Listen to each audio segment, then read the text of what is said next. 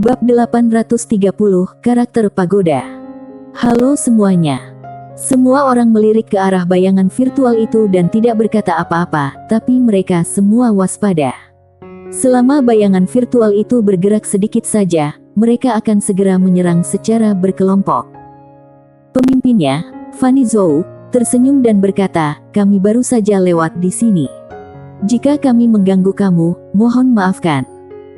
Saat dia berbicara, dia membuka telapak tangannya, dan cincin penyimpanan dengan 5 garis keturunan leluhur terbang ke depan bayangan virtual. Melihat garis keturunan leluhur di cincin penyimpanan, bayangan virtual itu tiba-tiba menjadi lebih senang. Dia tersenyum dan berkata, "Itu hanya hal kecil, hal kecil." Setelah mengatakan itu, dia menyimpan cincin penyimpanan itu, lalu berkata, "Apakah kalian ingin maju?" Fanny Zhou mengangguk, "Ya." Bayangan virtual itu ragu-ragu sejenak, lalu berkata, "Di depan adalah jurang langit, yang sangat berbahaya. Jika ingin pergi ke sana, harus berhati-hati." Fanny Zhou bertanya, "Jurang langit?" Bayangan virtual menjelaskan, saat itu, seorang pria kuat misterius datang ke sini dan bertarung dengan seorang penjaga di dunia ini. Tempat di mana keduanya bertarung akhirnya berubah menjadi jurang langit. Dalam pertempuran itu, sang penjaga dikalahkan. Jiwanya berubah menjadi hantu dan bersembunyi di jurang langit. Fanny Zhou bertanya, "Penjaganya Ranah Kai Tao?" Bayangan virtual berkata, "Ya, Ranah Kai Tao." Mendengar ini, ekspresi semua orang di tempat tersebut menjadi serius. Meskipun mereka hanya setengah langkah dari Ranah Kai Tao yang nyata, mereka sendiri tahu seberapa besar kesenjangan antara Ranah Kai Tao setengah langkah dan Ranah Kai Tao. Fanny Zhou bertanya lagi, "Hanya roh yang kesal?" Bayangan virtual mengangguk, dengan ekspresi agak serius, "Ya. Tapi kekuatannya sangat menakutkan. Jika ingin lewat, harus berhati-hati." Pria berjubah hitam tiba-tiba bertanya, "Ada apa setelah jurang langit?" Bayangan virtual berkata, "Menara misterius." Pria berjubah hitam bertanya lagi, "Apakah ada benda ilahi di menara?" Bayangan virtual melirik pria berjubah hitam dan berkata, "Tebak." Ekspresi pria berjubah hitam itu membeku, dan hatinya gelisah. Fanny Zhou berbalik dan melihat semua orang di lapangan, lalu berkata, "Semuanya, ada bahaya di depan. Kalian harus memutuskan apakah ingin pergi atau tidak." Semua orang diam. "Pergi." Ada roh kesal dari Master Ranah Kai Tao di depannya. Mereka masih relatif lemah. Tidak pergi. Mereka sudah sampai sejauh ini, dan sekarang disuruh mundur, secara alami sedikit tidak rela. Semua orang ragu-ragu dan bingung. Pria berjubah hitam tiba-tiba berkata, "Aku pergi." Semua orang memandang pria berjubah hitam, yang tersenyum dan berkata, "Semuanya, ini mungkin kesempatan terakhir kita untuk naik ke Ranah Kai Tao. Bagaimanapun, ini pasti peradaban kosmik tingkat keempat. Jika kita pergi sekarang, kita mungkin tidak akan pernah menemukan kesempatan lagi seumur hidup kita. Jadi aku ingin mencobanya. Cobalah." Setelah semua orang memikirkannya, mereka semua mengangguk dan menyatakan kesediaan mereka untuk melanjutkan perjalanan. Lagi pula, tidak ada seorang pun yang mau pergi sekarang. Fanny Zhou mengangguk, "Kalau begitu, mari kita lanjutkan." Pada saat ini, bayangan virtual itu tiba-tiba berkata, "Bisakah kamu membawaku?" Semua orang melihat ke arah bayangan virtual. "Bayangan virtual, aku ingin melihatnya juga." Fanny Zhou tersenyum dan berkata, "Siapa namamu?" Bayangan virtual berkata, "Panggil saja aku Monster Guntur." Fanny Zhou melirik awan gelap di langit dan berkata, "Apakah kamu berlatih dengan melahap bencana guntur?" Monster Guntur mengangguk, "Ya." Fanny Zhou tersenyum dan berkata, "Ayo pergi." Semua orang terus bergerak maju, tapi monster guntur itu tidak naik ke perahu, tapi diarak di depan. Setelah dalam waktu yang lama, monster guntur di depan tiba-tiba berhenti. Ketika semua orang melihat pemandangan di kejauhan, ekspresi mereka menjadi serius. Di kejauhan, laut sepertinya sudah dilubangi oleh seseorang, dan jurang yang sangat besar muncul di depan semua orang. Jurang langit. Dan di ujung jurang, samar-samar terlihat menara hitam. Dan jurang ini satu-satunya jalan di depan menara hitam ini. Pria berjubah hitam tiba-tiba melihat ke arah monster guntur itu, bagaimana menuju ke sana. Monster guntur berkata dengan tenang, "Jika aku tahu cara menuju ke sana, apakah aku masih akan menunggu kalian di sini? Kenapa kamu selalu menanyakan pertanyaan yang tidak masuk akal seperti itu?" Wajah pria berjubah hitam tiba-tiba berubah menjadi gelap. "Sial, orang ini sangat sopan kepada Nona Zhou, kenapa dia begitu kasar dan menghinaku? Sungguh menyebalkan." Pada saat ini, Sander Ye di samping tiba-tiba mengerutkan kening karena dia menemukan bahwa karakter kuno di menara kecil baru saja bergetar. Ada reaksi. Sander Ye menatap menara samar di kejauhan. Pasti ada sesuatu yang berhubungan dengan karakter kuno ini. Pada saat ini, Fanny Zhou, sang pemimpin, tiba-tiba berkata, "Aku memiliki cara untuk menghindari roh kebencian dari master di ranah Kaitao." Semua orang memandang Fanny Zhou, yang berkata dengan nada yang serius, "Hanya saja metode ini menghabiskan banyak uang bagi aku."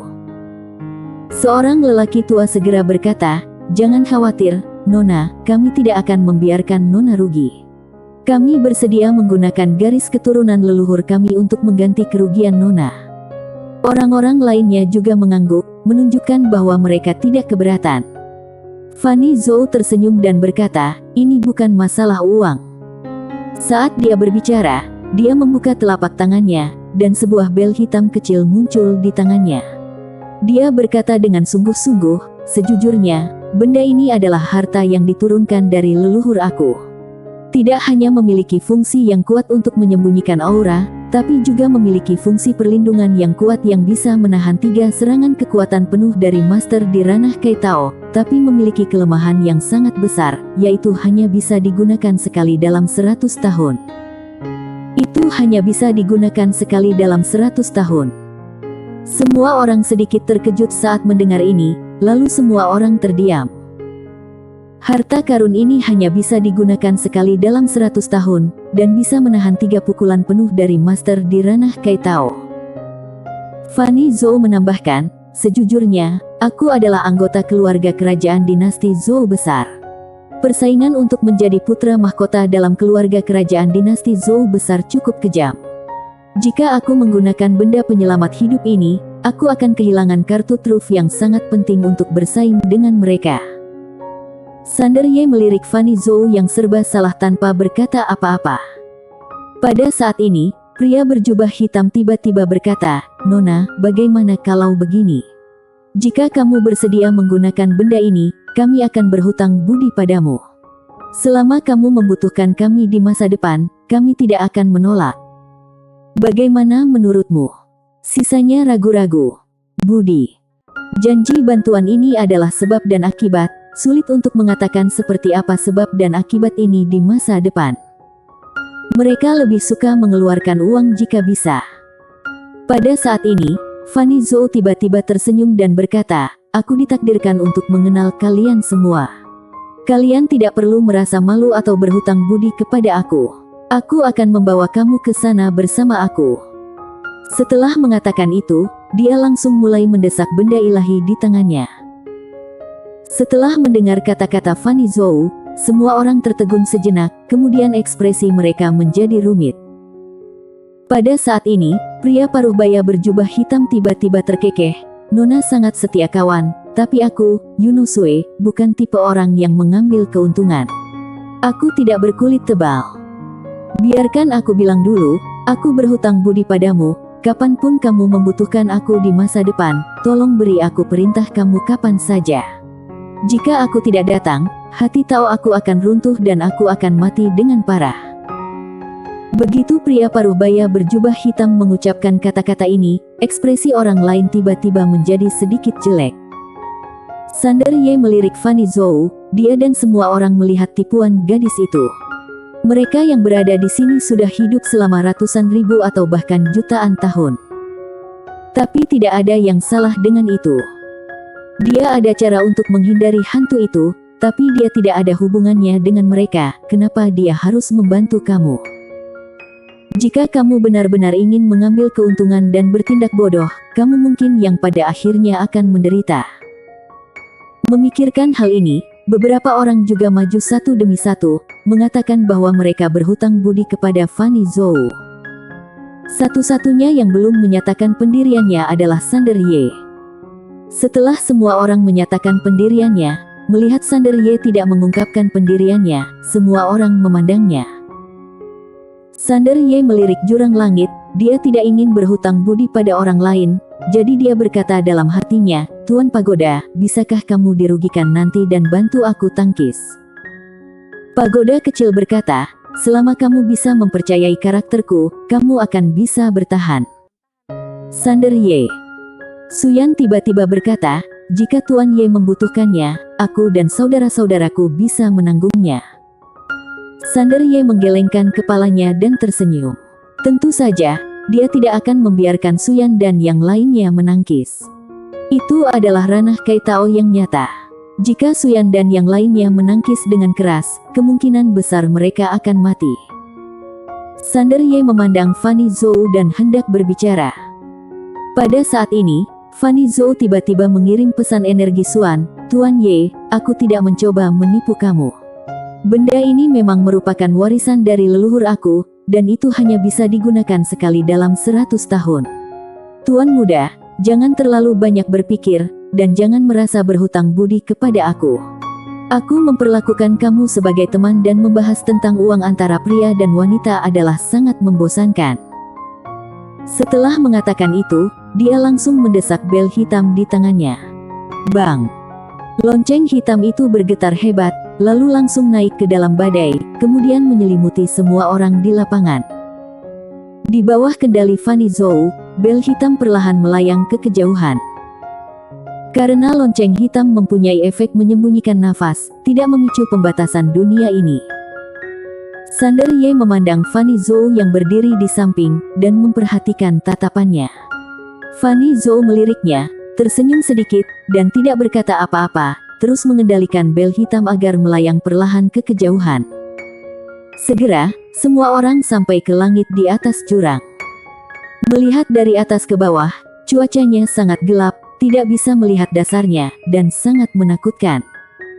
Ekspresi semua orang sangat serius. Ada juga tatapan serius di mata Sander Ye, karena saat ini, dia merasa tidak nyaman di hatinya. Perasaan bahaya. Ranah Kai Tao yang sesungguhnya. Sander Ye melihat ke jurang hitam tak berdasar, dan pedang King Xuan di menara kecil siap untuk digunakan. Tentu saja, dia tidak berani sepenuhnya percaya pada bel hitam ini. Di tempat ini, dalam situasi ini, lebih aman untuk percaya pada dirinya.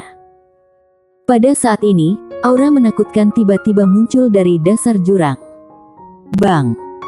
Dalam sekejap, seluruh bel hitam bergetar hebat, dan semua orang merasa pusing, kemudian semua orang hanya mendengar bunyi, klik, dan retakan yang tak terhitung jumlahnya muncul di sekitar bel hitam.